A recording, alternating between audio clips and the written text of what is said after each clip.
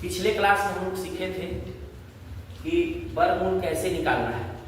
अब हमको सीखना है आगे का जो है घनमूल कैसे फाइंड आउट करेंगे। जैसे इसका शॉर्ट तरीका होता है, एक तरीका होता है कि हम लोग एलसीएम करते हैं। एलसीएम करने के बाद फिर उसका हम क्या करते हैं कि पेयर बनाते हैं। तो घनमूल में कितनी संख्याएं होती हैं? 3 का पेयर बनाते हैं और वर्गमूल में 2 संख्याओं का पेयर बनाते हैं। ऐसे हमारा समय बहुत ज्यादा लग जाता है।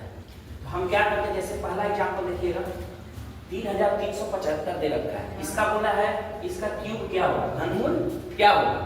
तो इस घनमूल को फाइंड आउट करने के लिए हम लोग जानते हैं कि पहले 3375, पहले हम इसका एलसीएम करते हैं यानी कि लघुत्तम करते हैं। तो सबसे पहले हम 5 से करेंगे। 5 से करेंगे तो 6 टाइम 5 छके 30, बचा कितना आपका 3, फिर 7 आएगा, फिर आपको करना है 7 टाइम, फिर आपका 5 टाइम, फिर आप 5 करेंगे, फिर से दोबारा 5 1 या 5, फिर कितना बचा आपका बचा 8 7, 3 टाइम करिएगा, फिर 5 टाइम करिएगा, फिर इसमें करेंगे फिर 5 से 5 3 8 2 जा, उसके बाद 7। अब यहाँ हम 3 से करेंगे, फिर पुनः 3 से करेंगे, फिर पुनः 3 से करेंगे।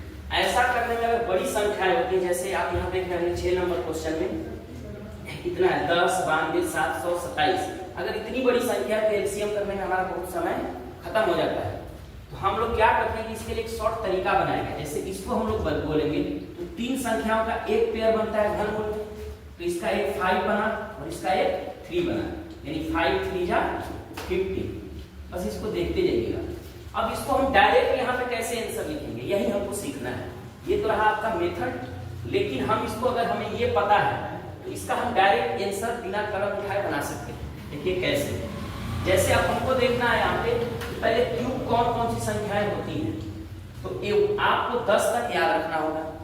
1 का होता है 1, 2 का होता है 8, 3 का होता है 27, 4 का होता है 64, 5 का होता है 125, 6 का होता है 216, 7 का होता है 343, 8 का इतना, 9 का इतना। इस तरह से आपको ये 10 पॉइंट याद रखना होगा। उसके बाद आपका एक ट्रिक है सिंपल, जहां हमको मेन काम करना है। मेरा लास्ट डिजिट, इसमें का जो लास्ट डिजिट है, जैसे यहाँ आपका 5 है, 8 है, 8 है, 7 है, 6 है, 7 है, 2 है, 7 है, 3 है और 6 है।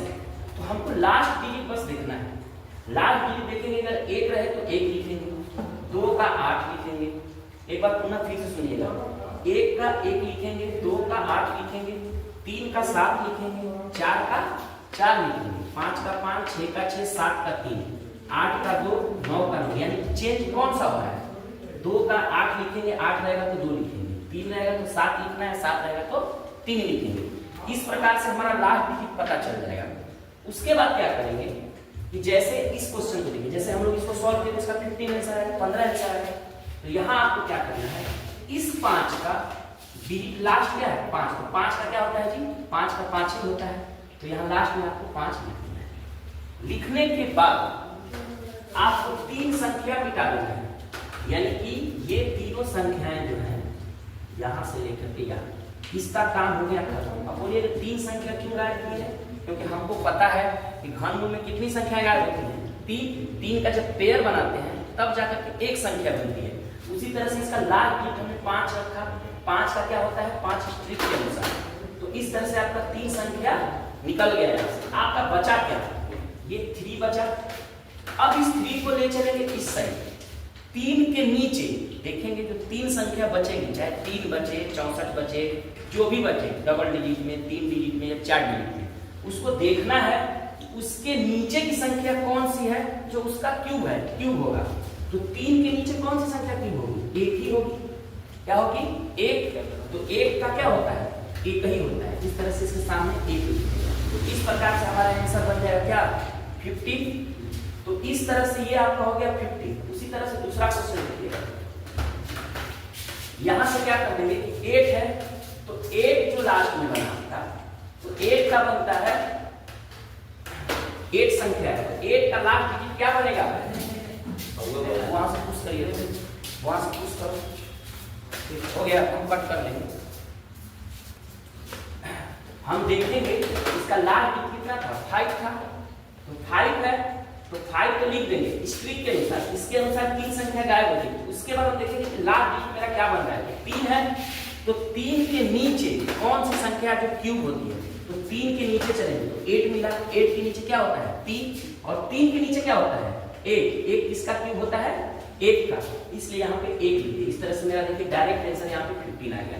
उसी तरह से नेक्स्ट क्वेश्चन में देखिए क्या है मेरा लास्ट डिजिट 8, अंतिम अंक कौन सा है 8 है आपका, तो 8 है तो 8 का कोड क्या है, 8 का क्या होता है 2, तो आप यहाँ पे लिखेंगे 2, जैसे ही 2 लिखेंगे हमारा 3 अंक गायब हो जाएगा, ये 3 अंक मेरा हो गया खत्म। अब क्या मेरे पास बचा, मेरे पास बचा 32। अब 32 के नीचे चलेंगे तो 32 के नीचे कौन सी संख्या है 27, जो किसका क्यूब होती है 3 का, इस तरह से ये किसका क्यूब है 32 का। उसी तरह से नेक्स्ट देखेंगे 8 है, 8 का क्या हो जाएगा 2 हो जाएगा, तो अब 3 संख्या गायब हो जाएगी। अब बचा क्या 74, 74 यानी कि 74 कहाँ आएगा, 74 के नीचे कौन सी संख्या जो क्यूब होती है 64, 64, तो 64 का क्या होता है 4, तो यहाँ आप 4 चिपका देंगे। इस तरह से आप पूरा निकाल सकते हैं। 7 किसका होता है तो 3 का, 3 लिख दिए, 3 अंक फिर गए। अब 250 बचा, तो 250 के नीचे वाली कौन सी संख्या जो क्यूब होती है, तो 250 के नीचे कौन सा होता है 216, और 216 किसका क्यूब है 6 का, तो यहाँ क्या लिखेंगे 6 लिखेंगे। उसी तरह से 6 का क्या होता है 6 होता है, 6 लिखेंगे, फिर से 3 संख्या गायब हो जाएगी। अब बचा क्या 884, तो 884 के नीचे कौन सी संख्या है जो क्यूब होती है, तो 8 से 84 के नीचे 729 होती है, और किसका है 9 का, तो यहाँ 9 लिखिएगा। ठीक उसी तरह से अब इसमें आते हैं, इसमें बना आपका लास्ट में क्या है 7, तो 7 का क्या होता है 7 का हमको पता है क्या होता है जी 3 होता है, 3 हुआ, तो अब ये 3 डिजिट गायब हो गया। अब 1092, तो 1092 के नीचे 1092 के नीचे कौन सी संख्या है जो क्यूब होती है, तो कौन सी होती है 1000 होती है। 1000 किसका होता है जी तो 10 का, तो यहाँ 10 चिपका दीजिए। इस प्रकार से आपका आंसर निकल करके बाहर है। इतना करने का आपको जरूरत नहीं है, सिर्फ हम क्या करेंगे हमको 2 चीज याद रखना है, 1 से 10 तक का क्यूब याद रखेंगे घनमूल कि 1 का कितना होता है। उसके बाद दूसरा चीज ये ट्रिक याद होना चाहिए, और ट्रिक याद करने का आसान तरीका है, A1 का 1 ही होता है, 2 का 8 होता है, 3 का 7 होता है, 4 का 4 होता है। सिर्फ हमको यही 2 पॉइंट याद रखना है कि भाई 2 का 8 होगा और 3 का 7 होगा। इस प्रकार से हम लोग सॉल्व कर सकते हैं। आगे की क्लास में आप लोग देखिएगा, इसको आप लोग पुनः सॉल्व करिए और हमको कमेंट और शेयर करके बताइए कि इसका क्या आंसर है। धन्यवाद।